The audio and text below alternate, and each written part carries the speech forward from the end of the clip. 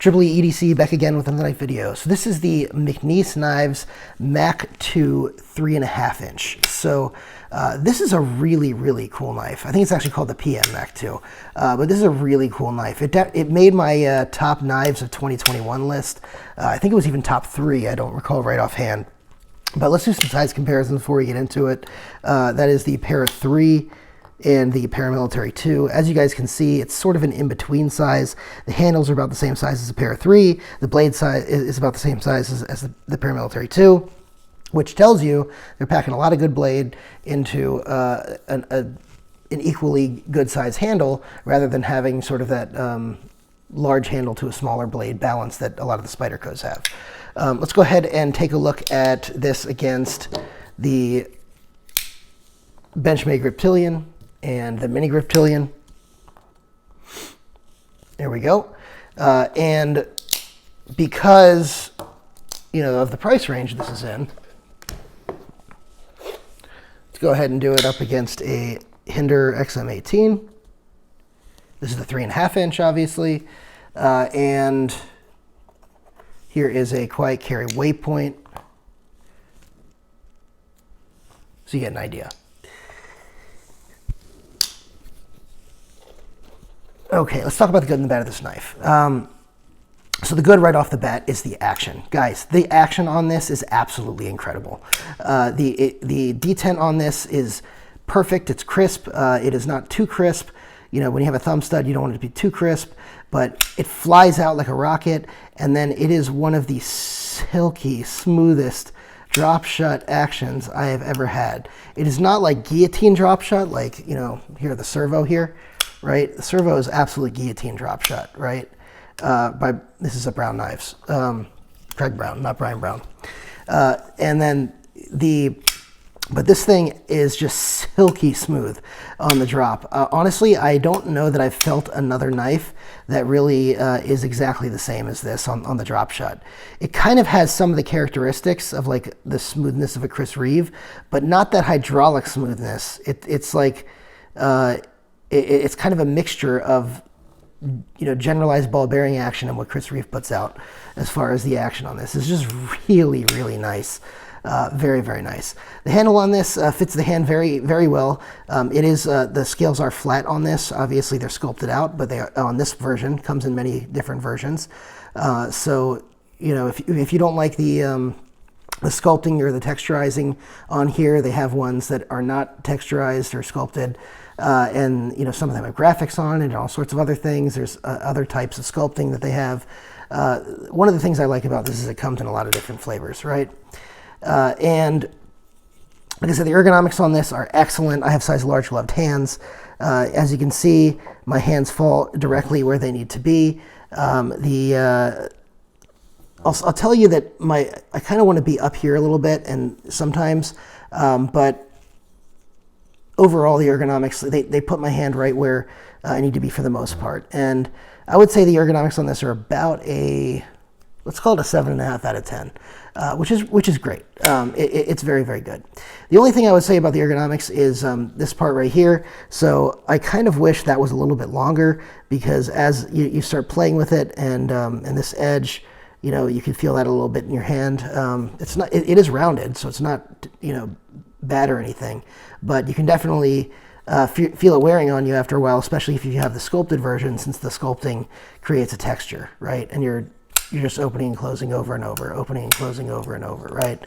Because that's what we do as knife guys. Anyway, next up on this, the steel on this is 20 CV. 20 CV is excellent steel, CPM 20 CV. It's a powder metallurgy steel. Obviously has a great mix of the different characteristics of steel: toughness, edge retention, you know, stainlessness or corrosion resistance, and ease of sharpening. Great balance of those things. Perhaps a little harder to sharpen than something like S30V, but it is will also hold an edge longer as well. So great in that regard. Also, it's USA made, as you see here. So you know, if you take pride in buying from USA or USA made companies, this is definitely USA made, and I'm very happy about that. All right, next up on this, the billboarding. McNees PM. I don't love the billboarding. Well, actually, you know what? We'll get to that in a moment. As far as the rest of the good on this, I really like the swedge on here and the general shape of the blade. It does cut fairly well, but this is where we get into some of the drawbacks of this knife. So one of the drawbacks on this knife is the thickness. So the blade is pretty stout. Let's go ahead and take a look at the, here we go. Let's take a look at the Para 3. So the Para 3 obviously tapers. This is thick all the way through. It's not significantly thicker. I think it may only be slightly thicker than the PM2, PM2 and Para 3. I think they have the same thickness. Let's go ahead and take a look at the PM2. Yeah, so I think this may be a hair thicker. I don't have calipers or I would check, but I think it might be a hair thicker than the Para 3 and Paramilitary 2. Here it is up against the Griptilian, where you can really see that it is much thicker than the Griptilian. And so, because unlike the Paramilitary 2 and the Para 3, this is not a flat grind. And because of that, you'll have a lot of stoutness throughout the blade over here, which makes this a very durable blade. But because you have that saber grind over here, you end up with, it's fairly thick behind the edge for an EDC knife, right? If this was, a hard use knife on the construction site or something like that, I would definitely say, look, you need that stout blade. I don't think you necessarily need the stout blade on this knife, since I think it's meant as an EDC knife. Could it be used that way? Hard used? Yeah, it probably could. It'll probably take it, but I don't think that is what it was originally designed for. So just something to be aware of. Thumb studs on this are a little boring, I'm going to say. As you can see here, there's a little bit of milling on them. Tiny line of texture, but for the most part, they're just solid thumb studs, and I don't really get that part of the design. Next thing, the lanyard hole. I don't really love, the way they did the lanyard hole in here. It is on the back, it is out of the way, so it's not terrible, but it's sort of like an ugly eyesore in the middle of it. Guys, not every knife needs a lanyard hole. I like lanyard holes on some things. Here's the Kershaw Federalist. It's a slip joint. It's a double D10 slip joint. But this lanyard hole, I think it has a lot of use because there's no pocket clip on here. So it makes perfect sense. Doesn't take up too much room on the knife. And I think it's fairly well done, right? So there is a place for lanyard holes. I just don't think this is the one that's it. Next up is the pocket clip. Honestly, the pocket clip's kind of ugly. I don't really like the pocket clip, and the edges on here are pretty sharp.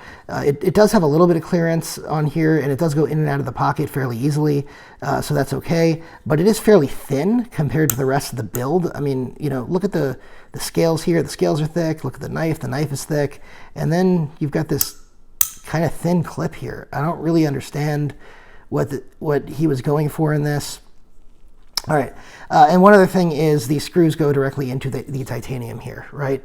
As you can see. So because the screws go directly into the titanium, these are steel screws, as far as I'm aware. I don't think they're titanium, but I believe they're steel, and they go directly into the titanium, which means that if they get stripped out, or this gets stripped out, that this entire scale would need to be replaced, otherwise the screws won't hold. The other thing is the standoffs also are boring, just like the thumb studs. I think it's part of the overall aesthetic, that he was going for, where it's sort of plain and minimalist, but it's boring. So just be aware of that. At this price range, that's boring. So the price on this, honestly, I forgot to write it down exactly, but I think it was $525 for this version. I think at DLT, they had some versions recently that were ranging in price from like $525 to $565. These are out of stock pretty much everywhere at the time of this recording this video. However, I'll go ahead and link below to DLT Trading and the McNees Knives page, because I'm not sure that they have any SKUs up right now on it. But definitely check to see if they have something in stock. If they do have the the SKUs up, go ahead and put the notify me when it's in stock, and put your email in there. DLT is an excellent place to buy from, and McNees is one of their DLT is one of McNees's dealers, so that's great. All right, that's pretty much it on this knife. Final conclusion. Well, actually, as far as is it worth it? One of the questions you guys may have is it worth it?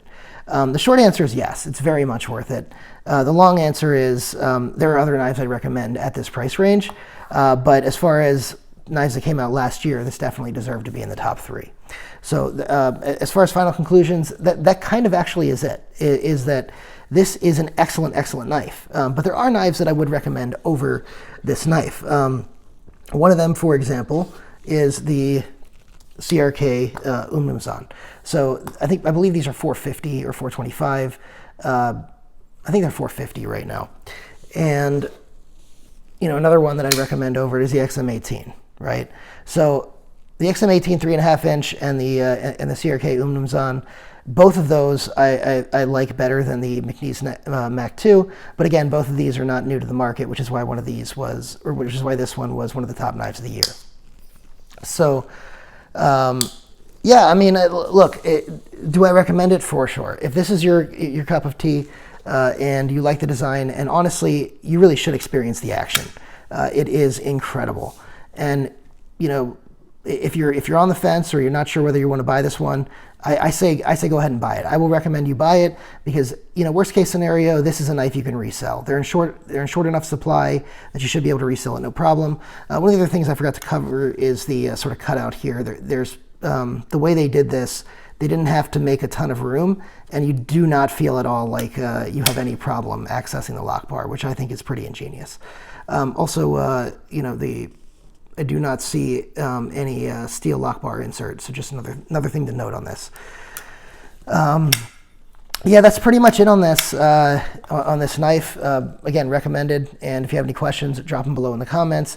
If you've had one of these, and there is I should mention there is a 3-inch in addition to the 3.5 inch. 3-inch looks pretty tiny to me. I haven't had it in hand, but just be aware of that. I'll link McNees's page in general, and if you want to try the 3-inch, those may be in stock, but the 3.5 inch I know are not, at least of now. So go ahead and comment, hit that subscribe button, hit that notification bell, and the like button. Thank you guys for watching.